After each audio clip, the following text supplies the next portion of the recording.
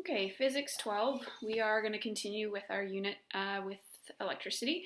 So we've already looked at electric charges, we've looked at electrostatics, we've looked at electric fields. Now what we're going to go into is a little bit of work on circuits. All right, so our next couple lessons will focus on circuits, and then we'll finish off with this kind of entire unit looking at electromagnetism, okay? And then I'll be providing some reading material and some side worksheets and stuff for the last unit that we're not going to be able to get a chance to finish by June 5th on like the modern physics aspect, right? And that's a lot of just kind of content reading anyway. Okay, so that's where we're at. So today you should have already watched the crash course YouTube video on current. Okay, that kind of gives you a good little background into what we're getting into, and then today we'll look at a little bit more closely some examples involving Ohm's law and just circuits in general. Okay, so that's where we're going with that. Okay, so again, some key terms that we need to have as we go through these next couple lessons, right? So when we talk about a circuit, we are talking about a path between two or more points along which electric current can be carried. Okay. When we talk about voltage, we're talking about a way to represent the potential difference, right? So that was our previous lesson, right? In charge between 2 points in an electric field, the greater the voltage, the greater the flow of electric current. Okay, so the bigger the potential difference, the better current, the greater current you're going to be able to get going through the circuit. Okay, and when we talk about resistance, we're talking about something that's a measurement used to oppose the flow of electric current. Okay, so it's not stopping it, it's just slowing it down. All right, so that kind of gives rise to kind of discussion about an insulator versus a resistor. Okay, so you might remember learning about insulators versus conductors, and when you talked about an insulator, it was you'd use something that would oppose the flow of electric current, right, so that you wouldn't have any current passing through you. Okay, this is similar but not the same as what a resistor is. Okay, so again, a resistor is what's going to still allow current to flow through it, but just at a lower rate. Okay, so it'll still get through, it just kind of slows it down a little bit, whereas an insulator completely stops the flow of electric current. So if you kind of think of it as an analogy in terms of like a road, right, a bumpy winding road can be like a resistor, right, you can still get through it, but it's just going to be a little bit slower going. But if you've got a road with a completely washed out bridge, you can't pass through it, and it would be like an insulator. Okay, so when we talk about kind of conductors versus resistors versus insulators, certain materials lend themselves to be better at one over the other. So your good conductors, right, so things that allow really good current to pass through them would be things like copper, aluminum, gold, and silver, right? This is why most wires are made up of these material. Copper obviously more so than gold or silver, just based on cost. Some good resistors, things include tungsten wires, nichrome wires, steel, and carbon. Okay, and then insulators would be things like glass, air, plastic, rubber, and wood. Right, so we can't get current passing through those. All right, so the video that you watched from Crash Course, it discussed a little bit of Ohm's law, right, and we're going to use that a little bit today and look at some examples there. So when we talk about Ohm's law, right, it's a relationship between voltage, current, and resistance, okay, and it's saying that, the voltage in an ideal conductor is proportional to the current running through it, right, so it's actually the product of the current and the resistance. Okay, so if you're seeing here in this example, right, you've got the battery, right, and we'll do a little side lesson later about all the symbols of circuits, right, or maybe you remember them from grade 9 science, right, so this is your battery here, right, the larger end being your positive terminal, the smaller being your negative terminal, okay, and then you've got your resistor here, right, so they're showing you that the current flowing through this particular circuit is 10 milliamps, and that your resistance here is 5 kilo ohms, right? And you'd be able to find the voltage source by multiplying these two things together once you put them in their base units of amps and ohms, all right? You'll notice too here, just as a side, if this was positive and this is negative, you're noticing what they're showing with this arrow is the direction of electron flow, not necessarily the direction of current flow, right? So you saw that there's a difference there. When we talk about the direction of current flow, it goes from high voltage to high potential to low potential, so it goes from positive around to negative. But if you're talking about the flow of electrons, it's actually the opposite way around, right? So circuit convention is to show the flow, is to show current going from positive to negative, but we know now that it's like actually it's the electrons, right? But the electron flow would be the opposite direction. Okay, so just kind of talking again about a reminder of what a Coulomb is. Okay, so coulombs are the amount of charge that passes a point in the conductor, right? When a steady current of 1 ampere is maintained for 1 second, okay? So 1 ampere of current represents 1 coulomb of electrical charge, so 6.24 times 10 to the power of 18 charge carriers moving past a point in 1 second. When we do talk about resistance, though, we talk about the units being ohms, all right? All right, so when we get to Ohm's law, like we mentioned, Ohm's law is traditionally written as just V equals IR, and of course you can manipulate that in however way you want, right? So I could equal V divided by R can equal V divided by, right, R equals V divided by I, or you could say that I is equal to V divided by R, right? Switch it around as much as you want. Okay, but in this case, right, with Ohm's law, V is your electric potential difference measured in volts. I is your current between 2 points measured in amperes or amps, and R is your resistance measured in ohms, okay? So 1 amp, right, so current, right, while we use amp as our unit for current, it's really defined as coulombs per second, all right?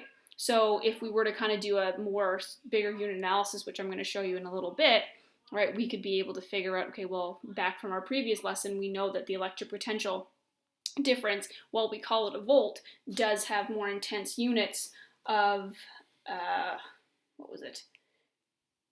Newton meters. No, that's joules. I wrote it down somewhere. Where did I write it down? Newton meters per coulomb. Okay, so that was our voltage there. Okay, and then you can figure out that your units for resistance are Newton meters seconds over Coulomb squared. So anyway, we're going to get into that in a minute. So the other thing to kind of keep in mind here as well that relates with Ohm's law is that we can figure out the charge of a particular particle in coulombs is again the direct proportion between the current between 2 points and the time it takes for it to travel there. Okay, so that can also be used to calculate the charge of a particular particle within a current. Right?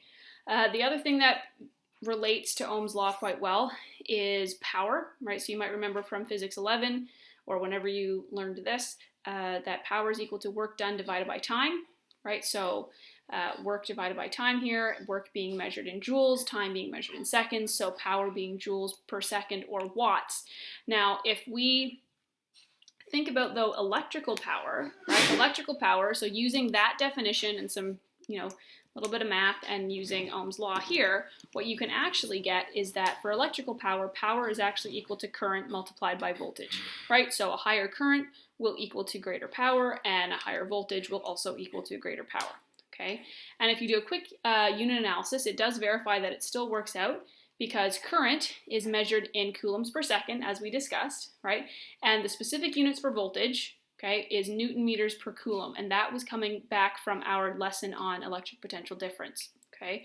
And if you looked at that formula, that's the overall units that we could have used, but we've defined them as volts, right? So if you take that current in coulombs per second and you multiply it by the units for voltage of Newton meters over coulombs, you see that the coulombs will cancel here, and what you're left with is Newton meters over seconds, and a Newton meter can be defined as a joule per second, and once again, that's the same units for power, okay? So using Ohm's law and this formula here as well for electrical power, you get the following set of formulas that can all be manipulated to find something, okay? So depending on the question, you might have information about current and resistance, and that can allow you to find volts pretty easily with directly Ohm's law, but maybe it's actually not asking you for the voltage, it's instead asking you for the power output, right? And then again, you can see that you can use that formula there where power is equal to resistance times I squared, okay?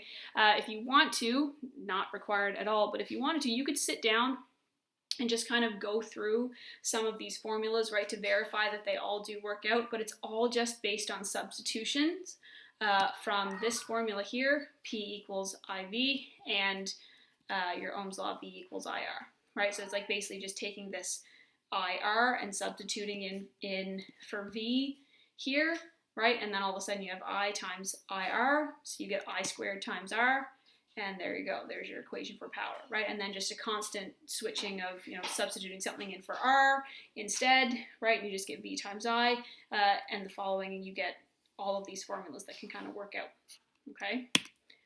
So another thing just to kind of keep in mind as you tackle some of these questions in the worksheet is that it does exist a way to represent the amount of energy gained or lost by the charge of a single electron, okay? And at the beginning of this unit, we did talk about the charge that's on a single charge, right? The value of it, so like a single electron or a single proton, they have the same charge, right? It's just electrons would be negative and protons would be positive, and the value on a single charge, right? So a single electron is 1.6 times 10 to the negative 19 coulombs, right? And that's the charge that it carries moving across an electric potential difference of 1 volt, okay? And that's actually called an electron volt. So what that means is that it would require 1.6 times 10 to the minus 19 joules of energy to move 1 electron over 1 volt, okay? So just kind of keep that in mind as well as you tackle some of the questions about how many charges might be able to be moved over a period of time or over a particular voltage. All right, so now we just kind of get into a couple sample problems. The math is relatively easy on these ones, so this should be fairly straightforward, right? So in this one, if the current through a flood lamp, right, as pictured above, is 6.3 amps, what charge passes through it in 5 minutes, right? So just standard, solving problems practice, right? Stating what we know. So when we look at the question again, we're being told that in this situation, the current is 6.35 amps. And we are being told that the time is 5 minutes, right? But of course, we would want that in its standard unit, which would be seconds. So we just have to multiply that by 60, right, seconds per minute, which gives us 300 seconds. And we were asked about the charge that passes through that particular flood lamp at that current over that period of time, okay? So in that case, right, if we just kind of quickly go back and look at our formulas, right, so we're asked about what charge passes through it, so we have information about current and time, and if we use this formula where Q is equal to IT, that is the one that we can use, right? So charge is equal to current times time, right? So using that formula that relates all three, right? All we need to do here is simply multiply them together, right?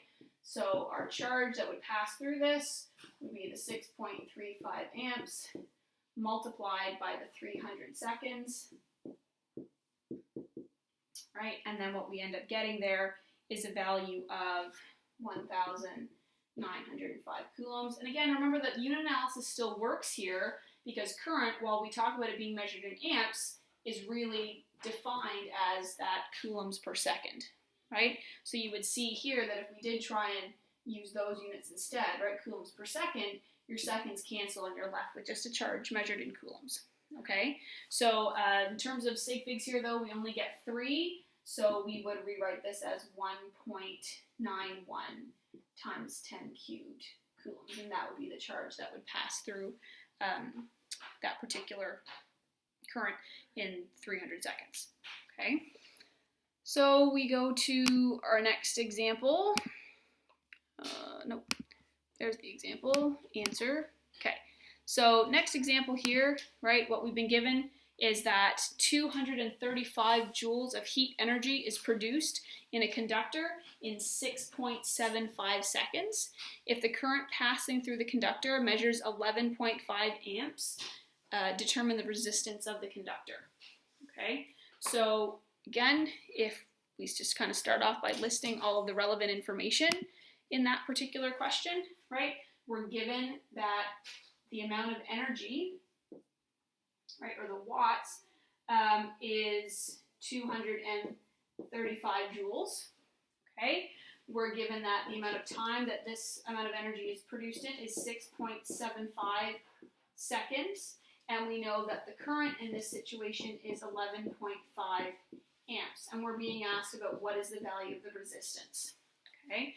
So we haven't seen a formula that involves all 4 of these, so likely what we'll need is to kind of use a combination to get something else. Okay, so the first thing that you could take a look at is, well, what's your equation for power, right? So power is wattage divided by time. And we have both of those things here. So power would equal that 235 joules divided by the 6.75 seconds. And then what we get there is a value of 34.82 joules per second.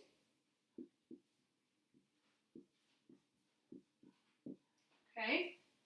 All right, so that's that value of power. And then if you looked at that kind of circle formula again, you would have noticed that one of the equations relating power, current, and resistance was P is equal to I squared times R. Okay, so in doing that, you can rearrange to get R by doing P divided by I squared. Right, so this power is 34.82 joules per second.